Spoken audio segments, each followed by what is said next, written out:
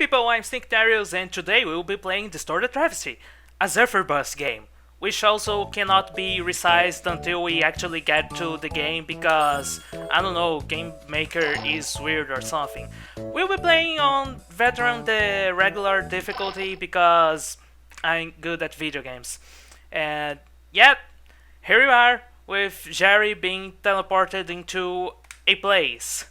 And Jeremy is our mission control for it, and I'll just shut up until and let you read.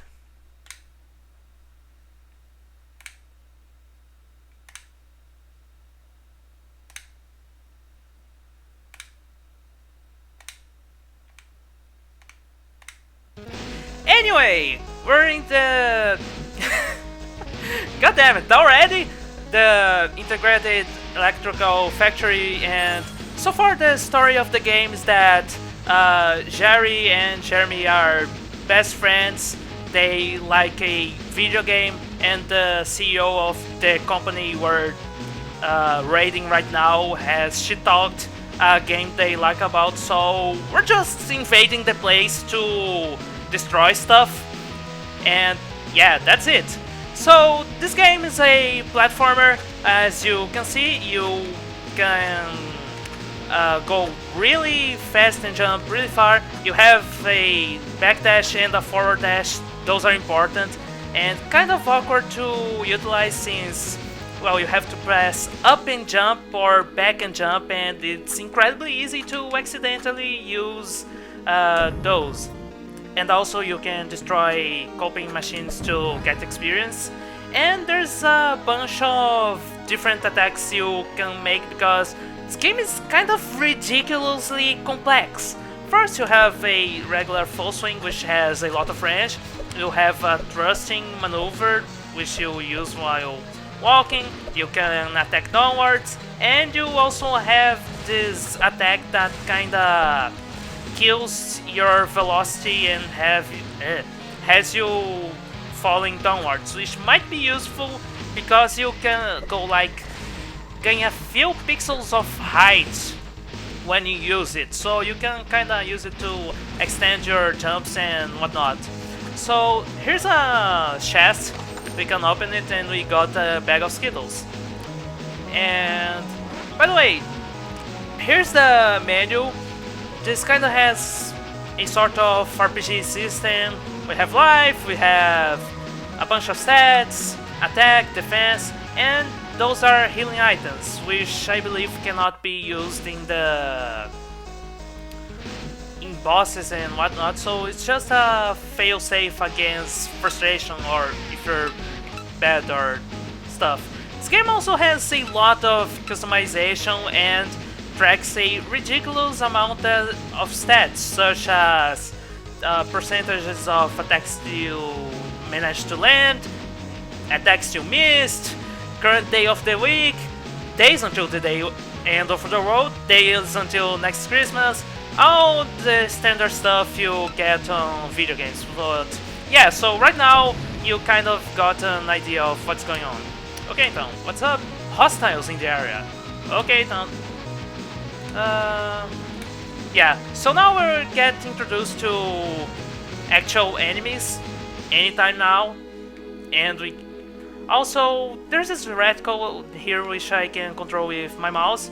You can click on enemies and you can scan them, providing you with useful information on their behavior and also their cripple point. You have analysis on comment data and just commentary by Jeremy, which is sometimes useful, sometimes whimsical. So first things first, this guy is very weak against Earth Element, and it can be crippled by an Earth-fused downward smash, which is this. So when an enemy gets crippled, its defenses drop a lot, and I think its attack maybe also, I'm not sure anymore, so, but yeah, please scan enemies, it's useful, and seriously, man, that's what happens when... By the way, it's controlled by the mouse, the target reticle, and it can be kinda awkward to use sometimes. Okay, then, this guy's sheep, There's two models, pretty standard stuff. And yeah, it's a guy from Mega Man. And yeah, you also have an upward strike, which I never used before then. So yeah, you have several different elements you can cycle through, which adds even more complexity to stuff. And this one has an attack, with the exception, of course, of the Earth Elemental, which you...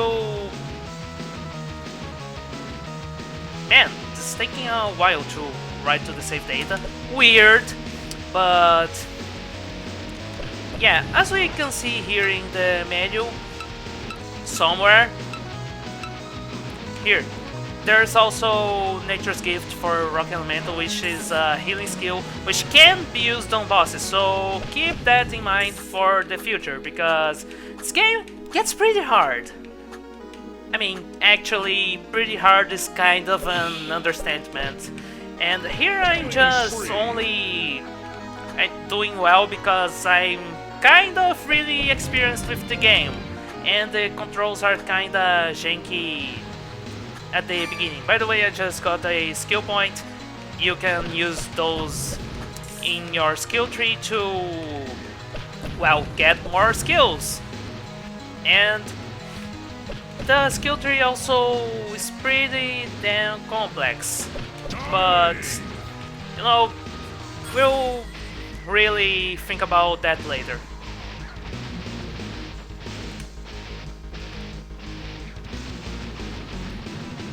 Yeah, that was awkward. Okay then. Now this is still like a tutorial level, so yeah, we're getting hit with a lot of tutorial boxes. And Jerry is getting kinda angry about it, but I don't know, I just kinda ignoring those, because after a while that just sort of happens when you're playing Distorted Travesty. Oh, another thing, this game is also sort of a Metroidvania, so there's plenty of hidden items and whatnot, but the structure of the game is more similar to, I don't know, Shantae or the Monster World series, because the game is, while it's a Metroidvania, it's also pretty linear. Also, this guy's weak to fire. Yeah, he is. Alright, so this guy fell right on top of me because I was going too fast. Whatever, it's not like I'm losing a lot of health. Also, there's a X head there for some reason. Alright then, we suddenly stopped there because it's time to dance, because yeah, we can now enter Rave mode.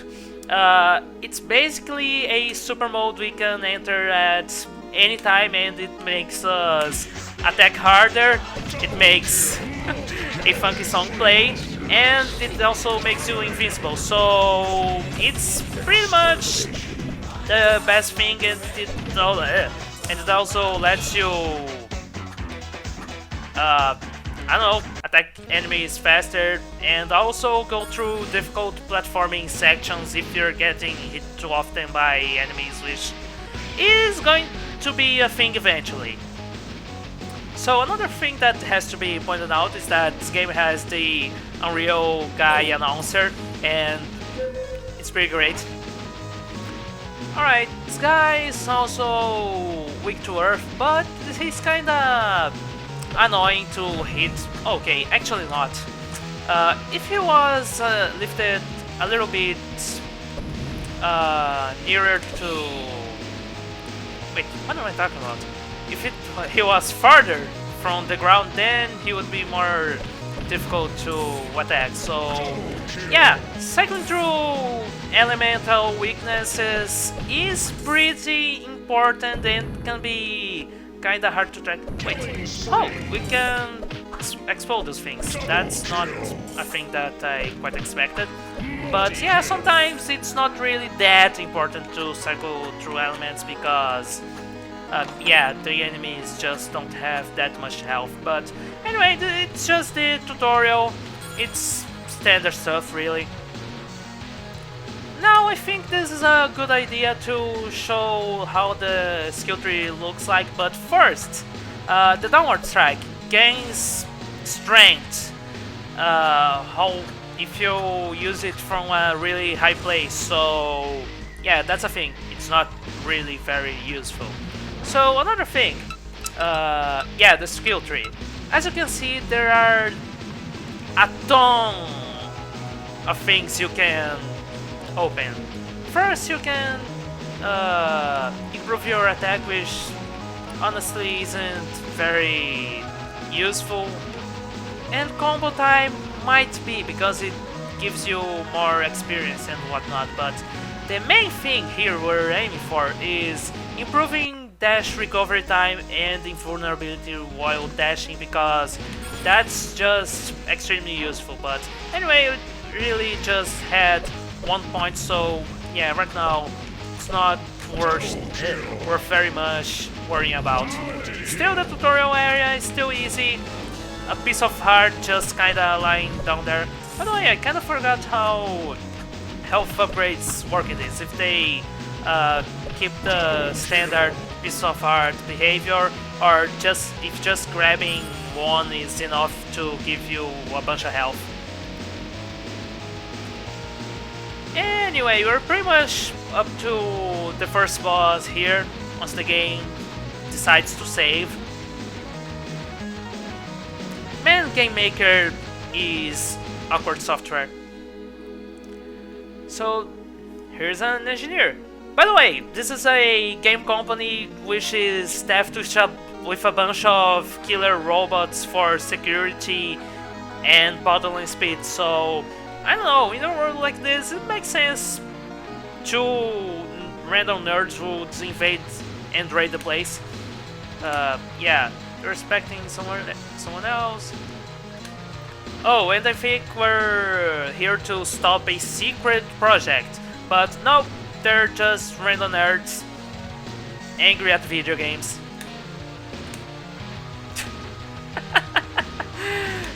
So anyway, he's gonna fight us because, yeah. And we're gonna fight Anubis Necromancies the Third. And okay, boss Rave mode cannot be used in boss battles, otherwise that would be too, I don't know, too cheap. So anyway, yeah, or rather the display cyborg. This guy uses nifty technology. Okay, and he can be crippled by Fireball, and his elemental weakness is, well, we don't know it yet. But yeah, it's probably fire since he is weak to Fireball, so really really? He didn't get... whatever. We have enough energy to do it again. See, here's his crippled, and now we backdash in. This guy is really simple, his pattern is easy to understand, and things are really easy to dodge by simply forward or backdashing. By the way, cripple has to be reapplied periodically, otherwise, well, he'll recover it. So yeah, that's why crippling bosses isn't exactly really cheap. Also, another thing, when you're hitting bosses in the middle of the air, you kinda bounce a little bit upwards. This knowledge is very useful for the future. Alright now, so this guy is pretty much dead, and well, he just got hit with a fireball and died. Nothing to it. And our heroes still have no idea what the guy was talking about. Oh, by the way, as you can see at the top, I'm recording part of the window because there's messages there. By the way, this is our first shop. He only sells healing items, so he's kinda useless. Now we're coming up to the first screen that is usually a problem for people playing the game for the first time, because the way Jerry controls isn't exactly the easiest thing to grasp. So yeah, the first platforming sections can be a problem. But anyway, Sunshine has skills, and yeah, naturally, Zephyr, as he was testing everything, already knew this section would be a problem for first-time players, so he added some whimsical messages everywhere. Okay, but seriously, this game has whimsical messages and dialogue pretty much everywhere, sometimes covering up the screen as you've seen back there. Anyway, I'll just smash you there. Whoa, I forgot how powerful elemental attacks were in this game. So yeah, this is a moving platform section. There's an enemy here, he's dead now. And this is usually the first one that is a brick wall, which Jerry remarks on. Oops, I fell! And then he berates you for falling. Okay, really, I just fell there for by accident to trigger that dialogue. Alright, now that... seriously? Oh my god!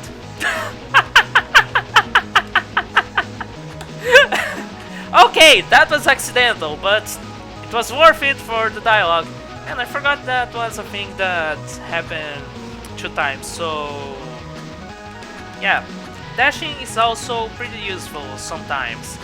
One thing that has to be mentioned about dashing is that you can't press left and right while you're dashing, because that ends up killing your momentum completely, which might be a problem.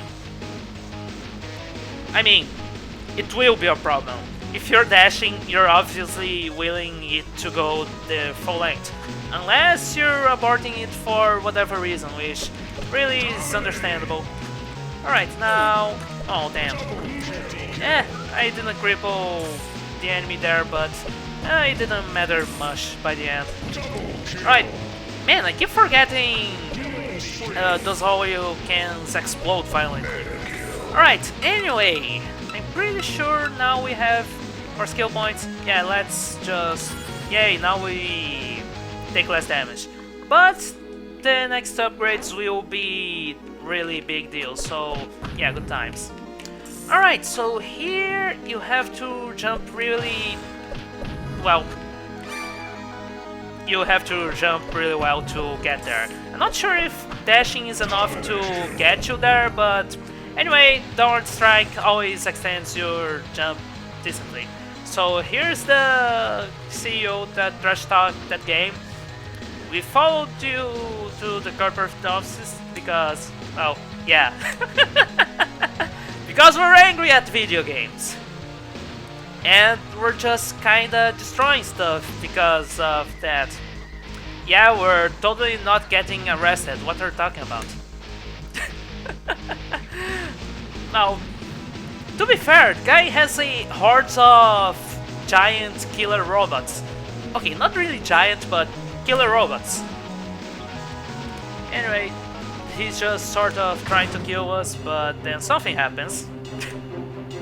And apparently that's not him. It's the darkness. And he wants us to join them. Alright, all will become part of the system. And we are apparently a irregularity. And the readings are off the scale. Man, if Jeremy had a... I don't know, Scouter, he'd have smashed it by now. Yeah, I don't know. It's kind of jerking an invisible dick there. And suddenly we're exploding to mode.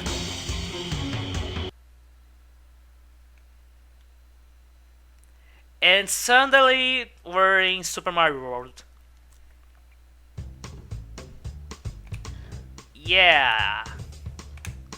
In a perpendicular world, actually. And that makes sense? Not actually. So yeah, Jerry is stoked. And also Jeremy is sitting on the 4th wall right now, which is how he's able to, well, right now scan enemies and provide commentary and whatnot. And since he was close to Jerry, were sent simultaneously through the portal. Alright, and also just going to the portal apparently infused awesome into Jerry, which gave us the physical technique mental insurrection, which sounds incredibly metal, but yeah, this is a AoE attack that is pretty great because it also halts your falling speed and also makes you go a little bit higher, so this is gonna be pretty useful for a bunch of stuff. Anyway, in the next episode we're doing the Mario.